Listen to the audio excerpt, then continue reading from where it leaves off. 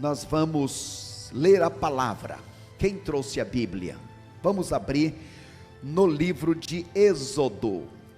Os que não sabem, neste mês nós teremos uma imersão no livro de Êxodo, especialmente quando falamos dos 10 mandamentos.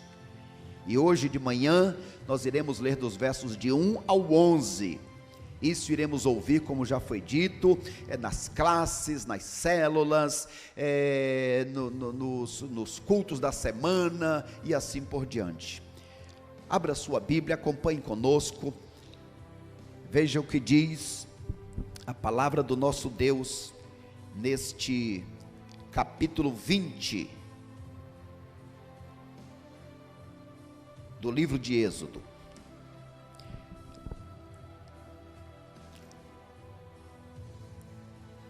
Então Deus falou todas estas palavras: Eu sou o Senhor teu Deus, que te tirou da terra do Egito, da casa da servidão.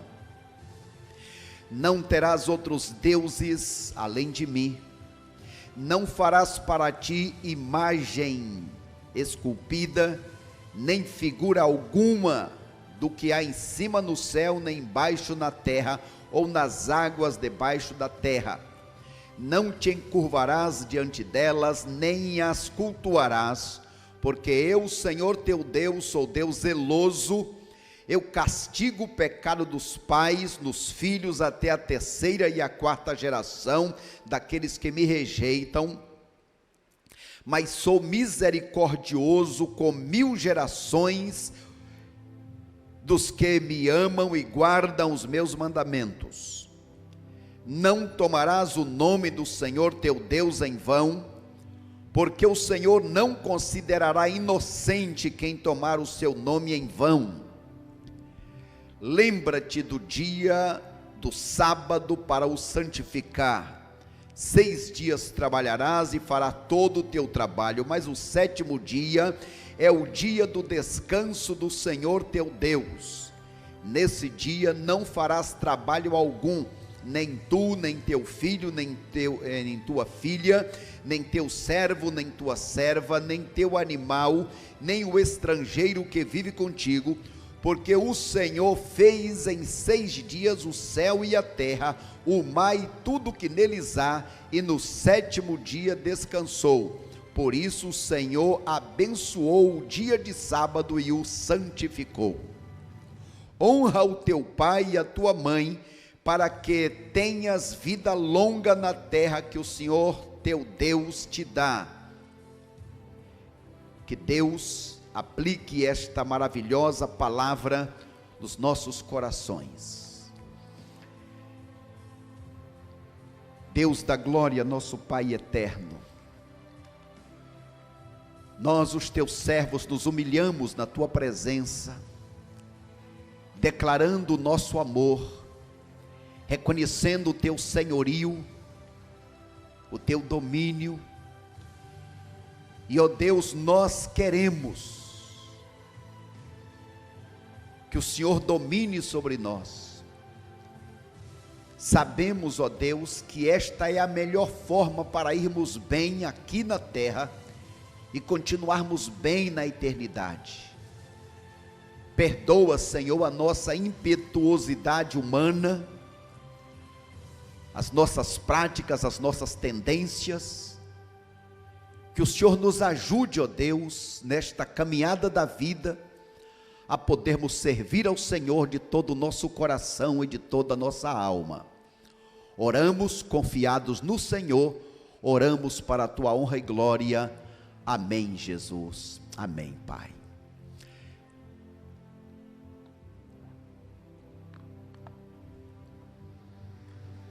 Como temos tido o privilégio nestes dias de refletir sobre este tema, e nesta manhã, famílias que influenciam, amam e adoram só a Deus. Como nós sabemos, depois de 3 meses que o povo saiu do Egito, Deus chamou a Moisés para subir ao monte, e chegando no monte, Deus deu a Moisés o pacto.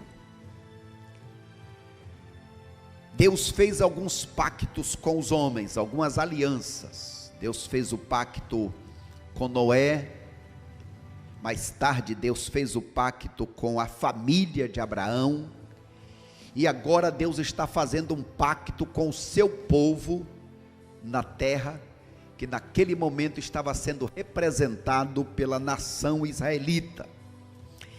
É maravilhoso sabermos que foi Deus quem escolheu as pedras, foi Deus quem escreveu, foi Deus quem deu os 10 mandamentos, não como uma sugestão, não como uma opção, mas Deus deu os 10 mandamentos como princípios imutáveis e eternos. Deus deu os 10 mandamentos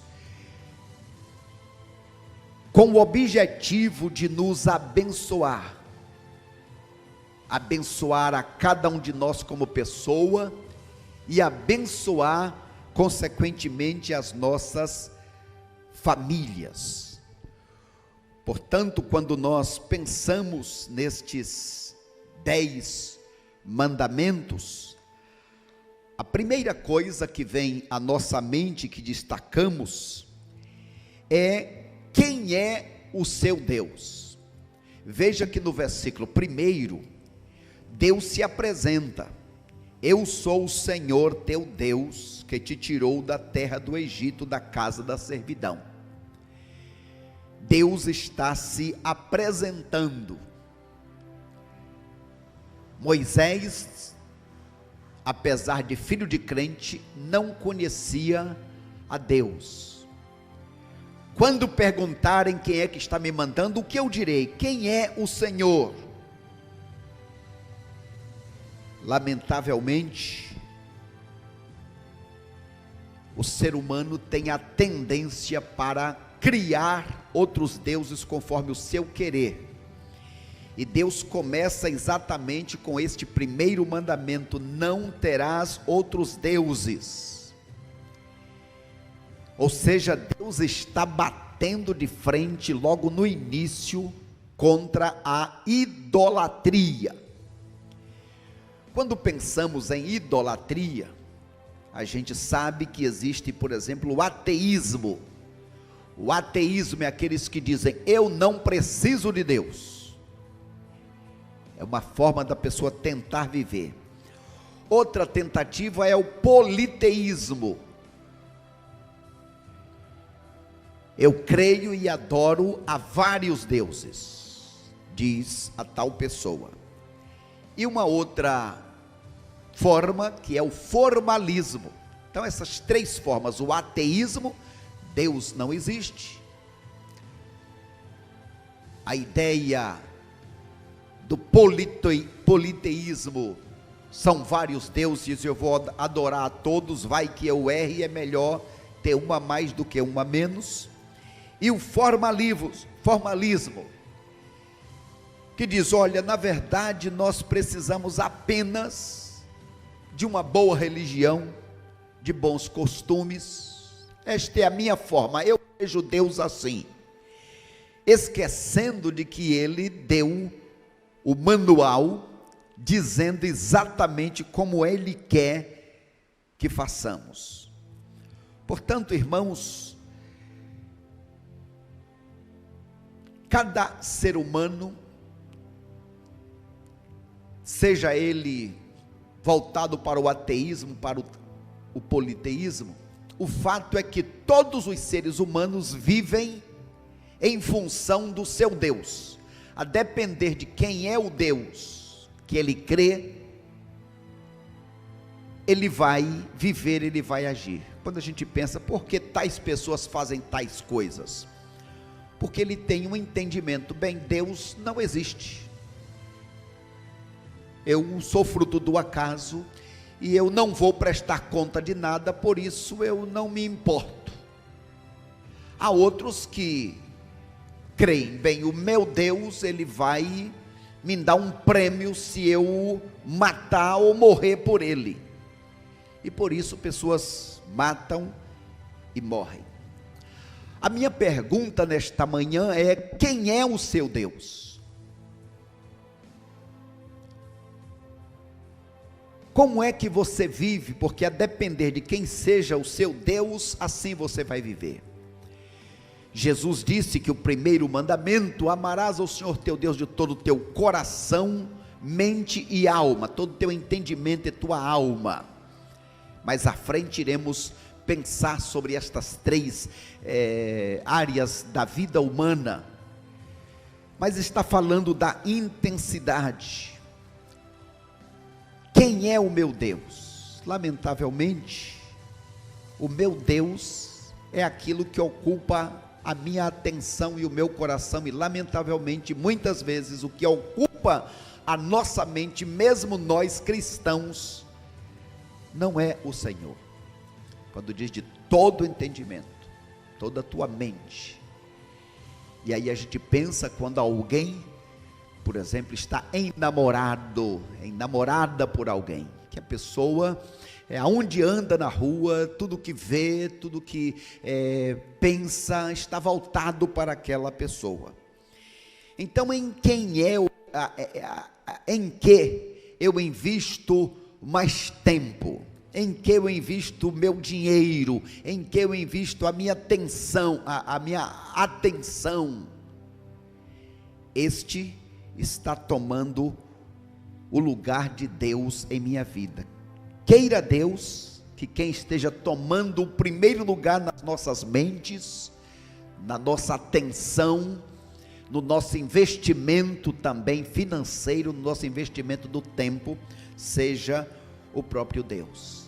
Então, irmãos, este é o primeiro e grande desafio, porque este é o primeiro e grande mandamento, e não cumprir esse primeiro mandamento significa também cometer o maior de todos os pecados. Quando nós pensamos, por exemplo, nos jovens, o que é que passa pela cabeça, pela mente dos jovens? Qual é a preocupação principal? São os prazeres. Os jovens estão voltados para os prazeres. O adulto, ele agora está na aflição, está na busca: o que eu vou ser, o que eu vou fazer, os sonhos, como é que eu faço para alcançar os meus sonhos? O adulto de meia idade, ele está preocupado com a segurança, bem, está chegando perto da aposentadoria. Eu me preocupei, eu me preparei, quanto está faltando? E se eu perder o emprego, e os meus filhos? E aí chega a melhor idade, e a melhor idade tem a tendência ou de se envaidecer pelo passado glorioso, ou de se frustrar, porque eu não consegui alcançar aquele sonho, aquele objetivo. Em que está a confiança de cada um de nós? É verdade, irmãos, que quando colocamos Deus em primeiro lugar em nossas vidas, nós iremos perder aquelas coisas que os deuses nos dariam.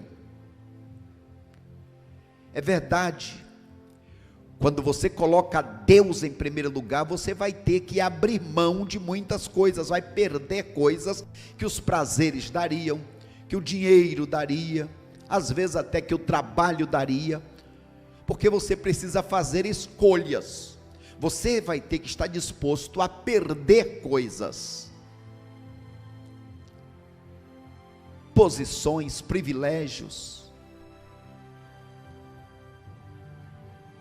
Apesar de você perder coisas, você vai ganhar coisas que deuses nenhum pode te dar, que é, em primeiro lugar, vida abundante, a vida de uma pessoa realizada, de uma pessoa com propósito aqui nesta terra.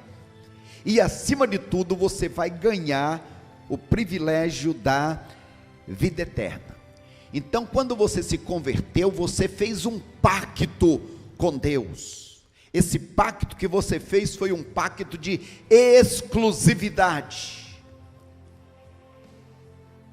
Eu saio do volante, entrego a minha vida para Cristo, e hoje é Ele quem dirige o meu presente e o meu futuro. Queridos irmãos, há um preço a ser pago, e a pergunta é: eu estou disposto a pagar esse preço?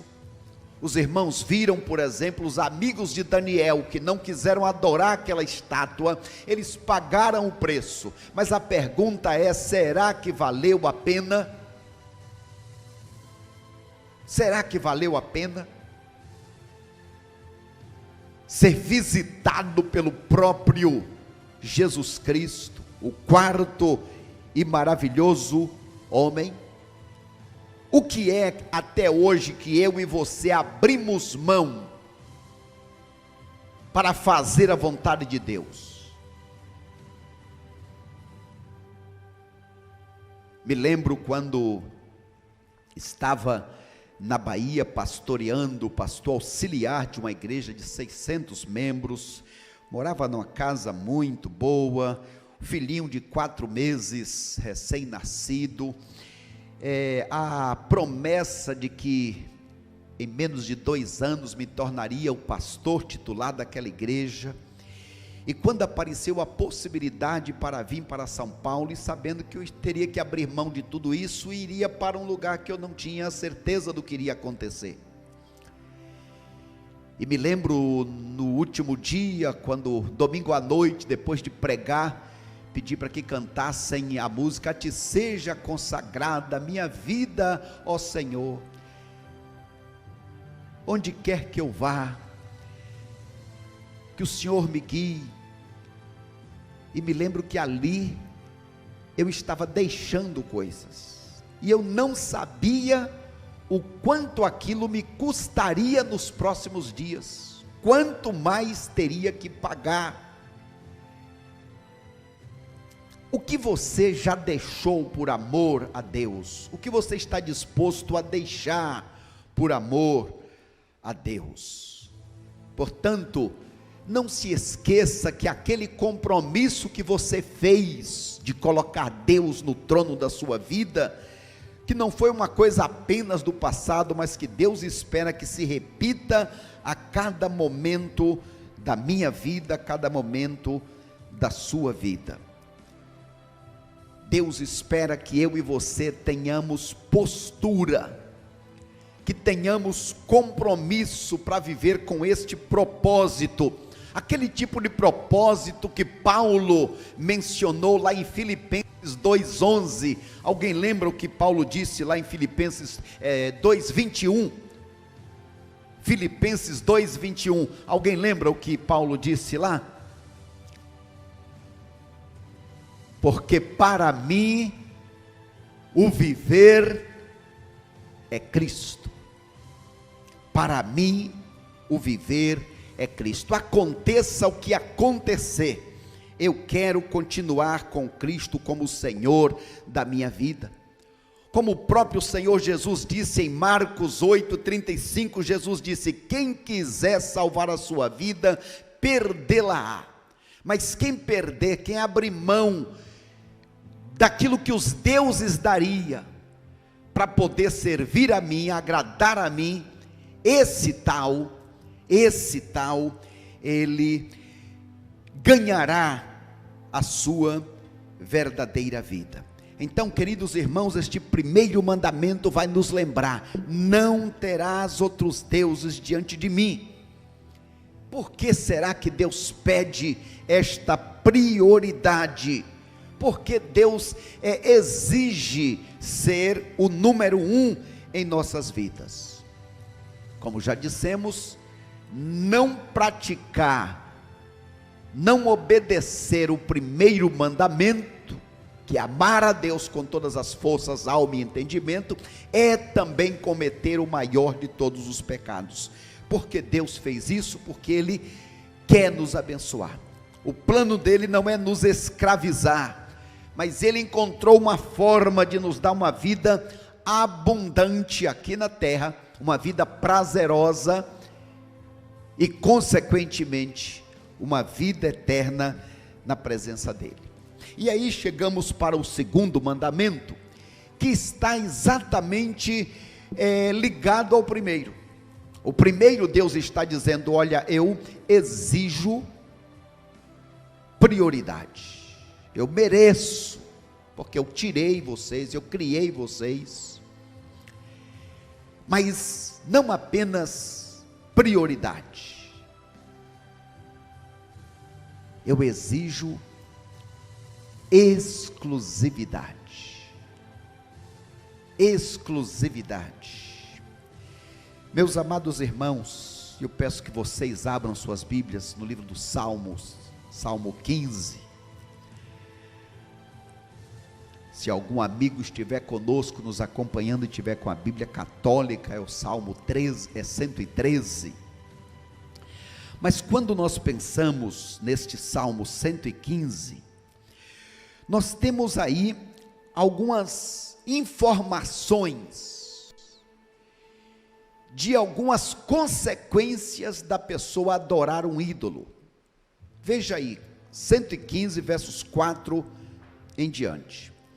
Os ídolos deles são de prata, ouro, obra de mãos humanas.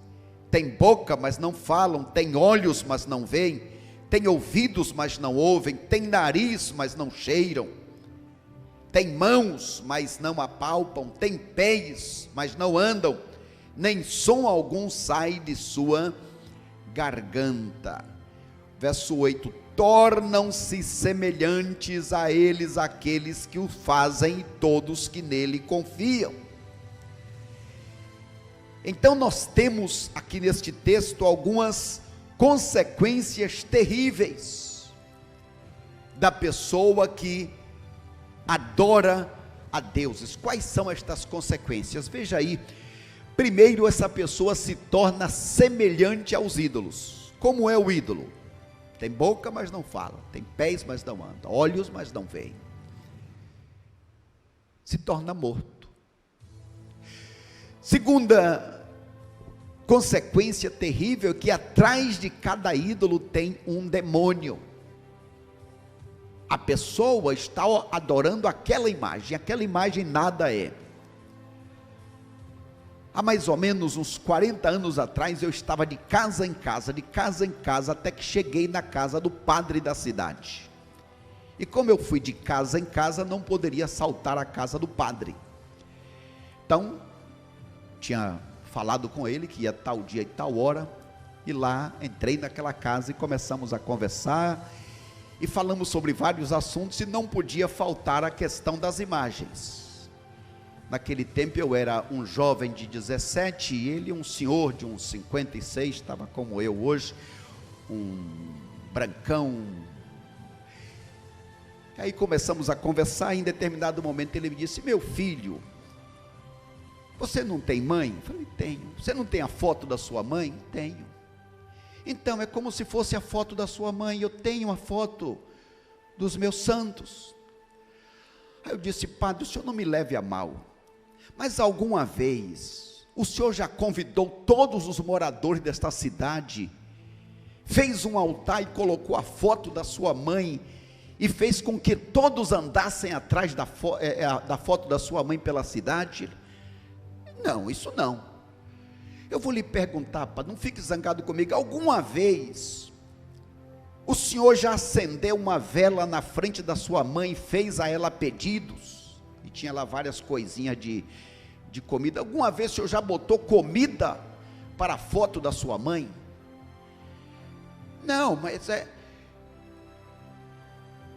uma coisa é você amar, você lembrar, outra coisa é prestar culto, outra coisa é fazer a imagem. Então não é a mesma coisa. O fato, queridos irmãos, é que atrás de cada imagem, que é apenas gesso, barro, pedra, atrás daquela imagem tem um demônio. Porque você ou coloca os olhos em Deus ou coloca no demônio. Não tem um terceiro.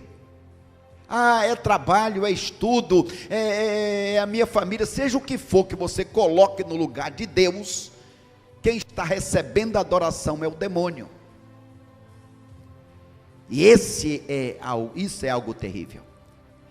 E qual é a terceira consequência? A terceira consequência é a maldição até a primeira, segunda, terceira e quarta geração. Ou seja, filhos, netos, bisnetos e tataranetos. Irmãos, eu tremo e tremo quando digo isso, porque é Deus quem está dizendo aqui em Êxodo capítulo 3, capítulo 20, verso 5. Pensando na pátria brasileira, que para cada dia tem um ídolo, além dos outros ídolos, como eu mesmo, como o estudo, o trabalho, o dinheiro e assim por diante. Eu fico pedindo misericórdia a Deus, porque eu me lembro, olha, 4 gerações, imagine pelo menos 50, 60 anos cada geração no mínimo, 6 vezes 4, 24, temos aí 240 anos, 300 anos de maldição. Quando olhamos para trás dos nossos pais, avós e bisavós, Deus está dizendo: quando você coloca qualquer outra coisa diante de mim, então você está trazendo maldição para os seus descendentes.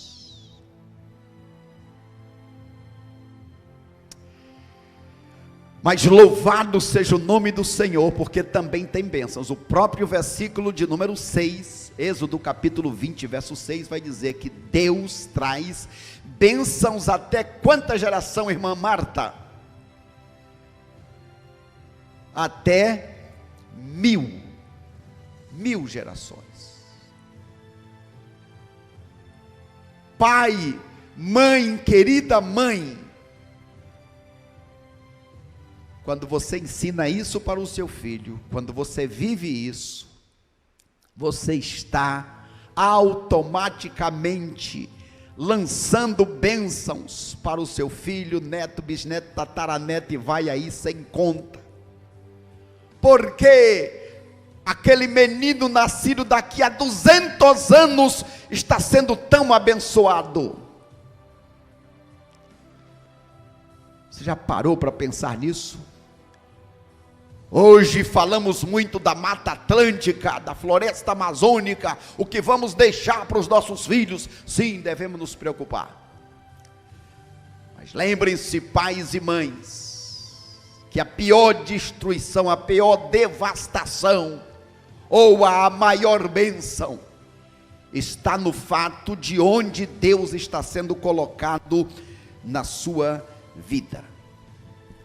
Portanto, o que estamos relembrando nestes dias, primeiro, no primeiro mandamento, Deus está exigindo prioridade, mas não apenas prioridade, Ele exige exclusividade. Por quê? Porque Ele quer nos abençoar. E se quisermos ter uma imagem, podemos ter uma imagem, apenas uma. Qual é a única imagem que podemos ter? A Cristo, podemos ter Cristo? Sim.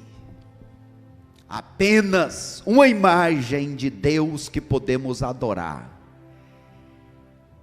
É o Senhor Jesus Cristo. Colossenses 1, verso 1, vai dizer que Jesus é o espelho de Deus. Filipe, há tanto tempo estou com você, você não me conhece. Quem vê o Pai, vê a mim. Porque Deus Pai, Filho e Espírito Santo são uma só pessoa.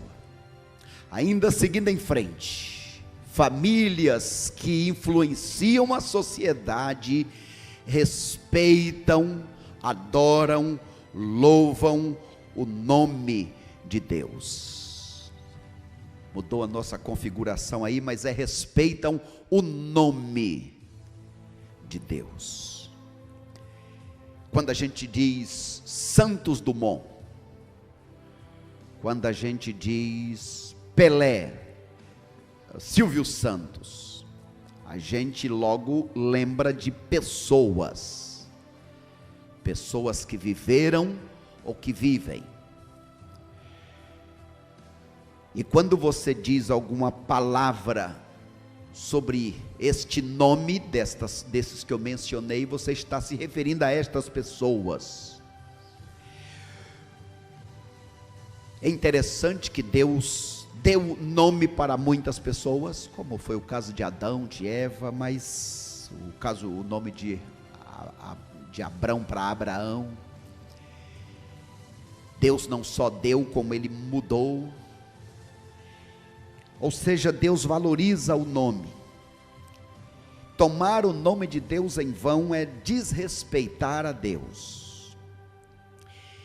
E aí nesse versículo nós temos duas informações importantes. Dá para ler aí essa parte pequena? Vamos juntos? Não tomarás em vão o nome do Senhor o teu Deus, pois o Senhor não deixará impune quem tomar o seu nome em vão. Então aí nós temos primeiro mais uma orientação. Não brinque com o nome de Deus, porque brincar com o nome de Deus é brincar com o próprio Deus. E Deus não se deixa escarnecer. E aí vem uma consequência, a consequência da desobediência. O quê? Qual é a consequência? Qual a consequência? Deus não terá esta pessoa por inocente. Quando nós olhamos, por exemplo, Jesus começando o Pai Nosso, que está nos céus, santificado seja o teu nome. O nosso irmão mais velho, ele já começa ensinando a nós, os filhos mais novos, como deveríamos nos comportar. 1 João 5,3, eu vim em nome de meu Pai. João 12,28, Pai, glorifica o teu nome. E João 17, glorifica-me com aquela glória que eu tinha contigo antes que o mundo existisse. Tomar o nome de Deus em vão tem a ver com falsidade, tem a ver com mentira. No Antigo Testamento, uma pessoa que tomasse o nome de Deus em vão, que blasfemasse, ele seria apedrejado, como veremos em um texto que leremos mais à frente. Agora, irmãos, hoje nós carregamos um nome, carregamos o nome de cristãos. Veja quão grande responsabilidade, quando eu não vivo conforme o nome que eu tenho, eu estou tomando o nome de Jesus em vão. Já parou para pensar nisso? Um cristão que não vive conforme o padrão de cristão, está tomando o nome de Deus em vão. Em Mateus capítulo 5, versos 37 em diante, Jesus diz: vocês também ouviram o que foi dito aos seus antepassados, não falem, não jurem falsamente, mas cumpram os juramentos que fez diante do Senhor. Não jurem de forma alguma pelo céu, pela terra, porque é o estrado dos meus pés, nem por Jerusalém, porque é o nome da cidade do grande rei. Não jure pela sua cabeça, porque você não pode tornar um fio de cabelo branco ou preto. Seja o seu sim, sim e não, não. O que passar disso é de procedência maligna. Muitas vezes, irmãos, nós temos hábitos antigos e nós precisamos apagar estes hábitos. de brincar com o nome de Deus. Eu juro por Deus, Deus está vendo, Deus sabe. Devemos valorizar este nome e também devemos usar este nome no sentido de este nome tem poder. Este nome afronta a Satanás. Este nome ajuda a enfraquecer o meu eu. Em nome de Jesus é a forma de nós orarmos. Quando eu digo em nome de Jesus, eu estou dizendo segundo a vontade de Jesus.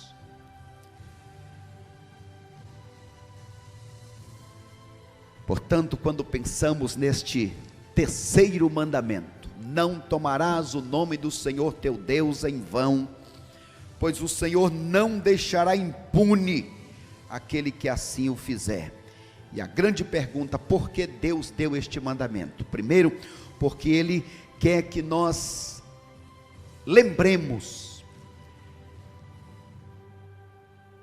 da pessoa dEle, da autoridade dEle. Mas em segundo lugar, quando nós tomamos este nome em vão, nós provocaremos resultados desastrosos.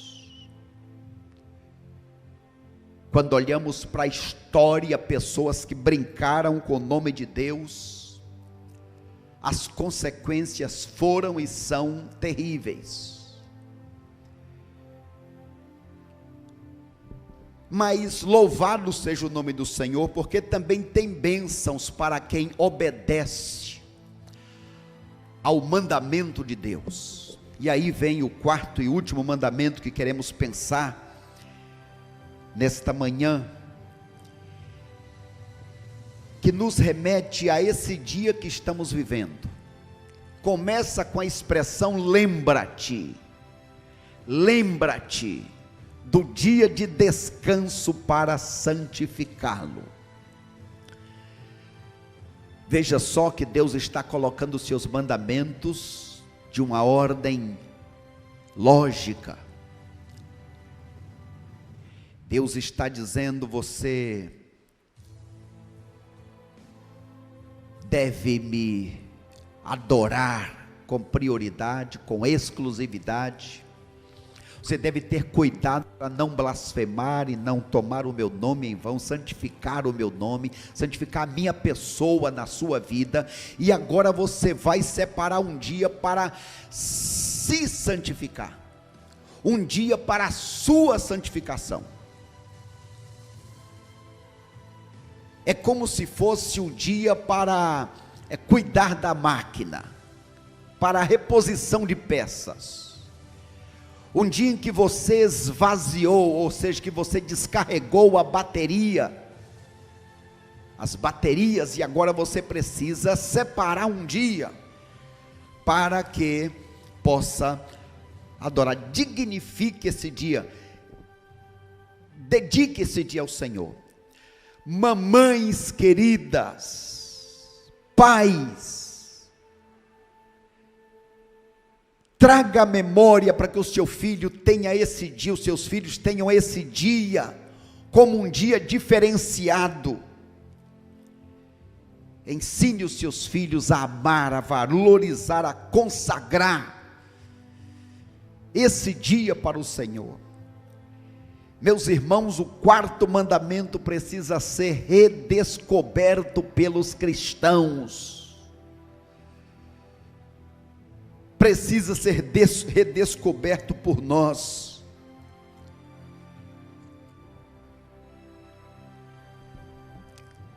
Veja só, assim como a árvore no jardim, separar o dia de descanso é um teste de obediência.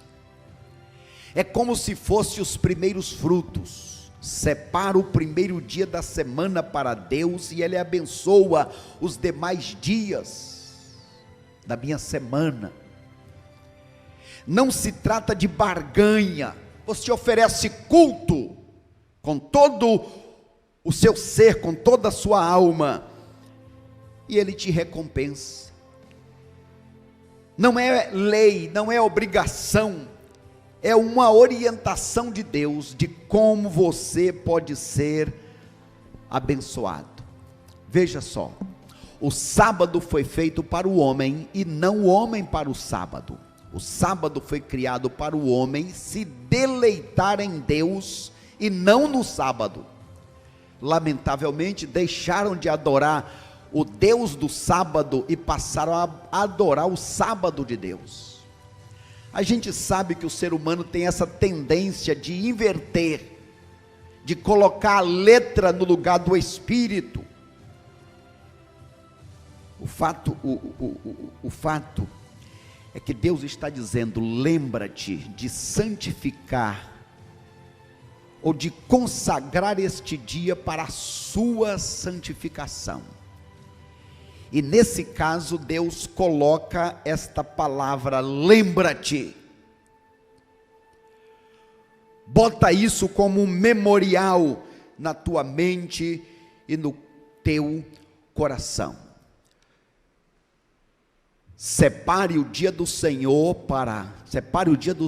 trabalhar 6 e consagrar 1 continua sendo exigido. Isso faz parte da lei moral de Deus. Permita que Deus toque em tua semana, que Deus toque em tua vida. É como o dízimo, nós lhe damos os 10 dele e ele abençoa o restante. Lamentavelmente os dias vão passando e a gente vai tendo este dia como um dia qualquer. E eu quero nesta manhã invocar ao Senhor Todo-Poderoso, porque só Ele pode fazer isso, para que você redescubra, para que você consagre, e mãe e pai, além de você, dê esta herança aos seus filhos. O domingo, o dia do Senhor, é inegociável. É o dia que eu separo para prestar culto ao meu Deus, e nada toma lugar deste dia. E alguém pode perguntar: mas por que o domingo e não o sábado? Lembre-se, a palavra sábado significa descanso. Trabalha 6 e descansa 1.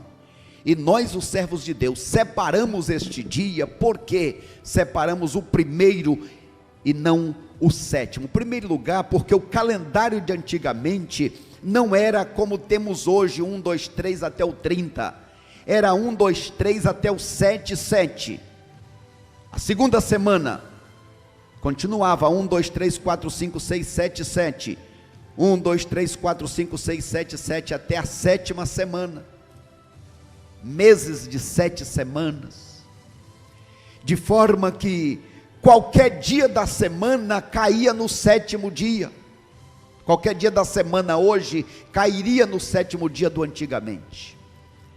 Porém, o fato que nos leva a separar este dia, o domingo, é porque desde a ressurreição de Jesus, os servos de Deus passaram a adorar a Deus neste dia, separaram este dia para consagrar ao Senhor. Você tem aí várias referências. Foi no domingo de manhã, primeiro dia que Maria foi ao sepulcro. Naquele mesmo dia os discípulos estavam reunidos. 8 dias depois Jesus aparece no meio deles de novo reunidos. O dia do Pentecoste, a palavra Pentecoste quer dizer 50, 7 semanas, 7 vezes 7, 49. O dia 50 é o primeiro dia da 8ª semana. Portanto, veio também o Espírito Santo no primeiro dia, em um domingo. Pedro está pregando quando que ganhou 3.000 almas, a primeira grande pregação, naquele mesmo dia, primeiro dia da semana. O apóstolo Paulo se reúne com os crentes: vamos participar da ceia. Que dia? Atos 20, verso 7, primeiro dia da semana. Reúnam as primícias, ajunte, quando? Tragam para a igreja, quando? Para casa, naquela realidade, traga na casa onde a gente se reúne, a nossa igreja, quando? No primeiro dia da semana, 1 Coríntios 16, 2, e finalmente, Apocalipse 1, verso 10, João estava em espírito sempre, mas naquele dia, no dia do Senhor, e todas as referências para dia do Senhor se referem o dia da ressurreição de Cristo.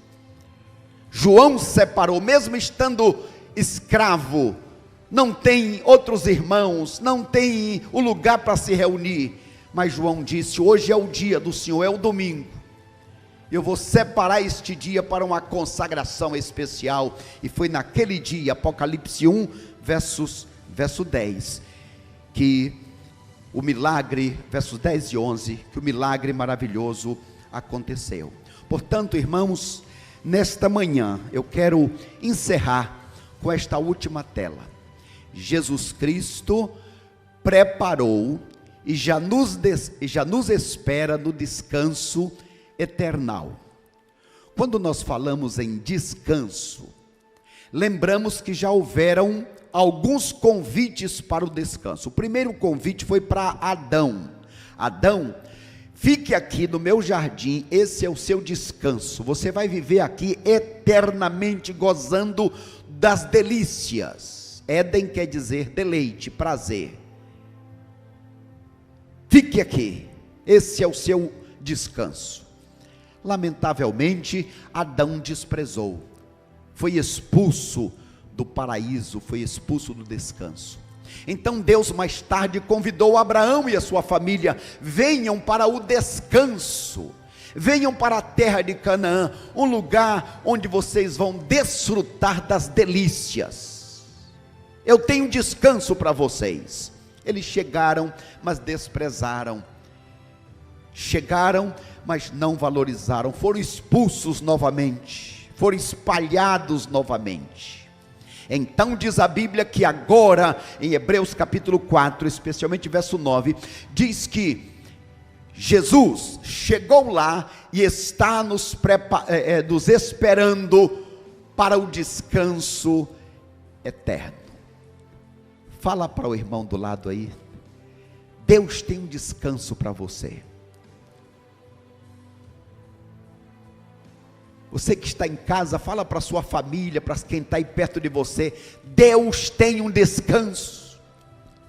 O dia do descanso aqui na terra é um preparo, é um exercício para que nós cheguemos no grande e verdadeiro descanso. Exige esforço levantar no domingo de manhã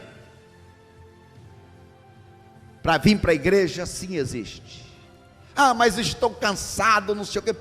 E para o trabalho você vai, e para a escola você vai, para as atividades você vai. Será que estas coisas merecem mais para você do que o seu Deus? Além disso, será que os teus filhos, familiares, o meu esposo não quer vir? Vem só, minha irmã. Ou como alguém disse essa semana aqui mesmo: a minha esposa não quer vir. Vem só você, meu irmão. Meu pai não quer vir, deixa ele, vem você. Que Deus ajude a cada um de nós a desfrutarmos do descanso aqui na terra, para vivermos o maravilhoso descanso lá nos céus. Amém? Que o Senhor nos abençoe.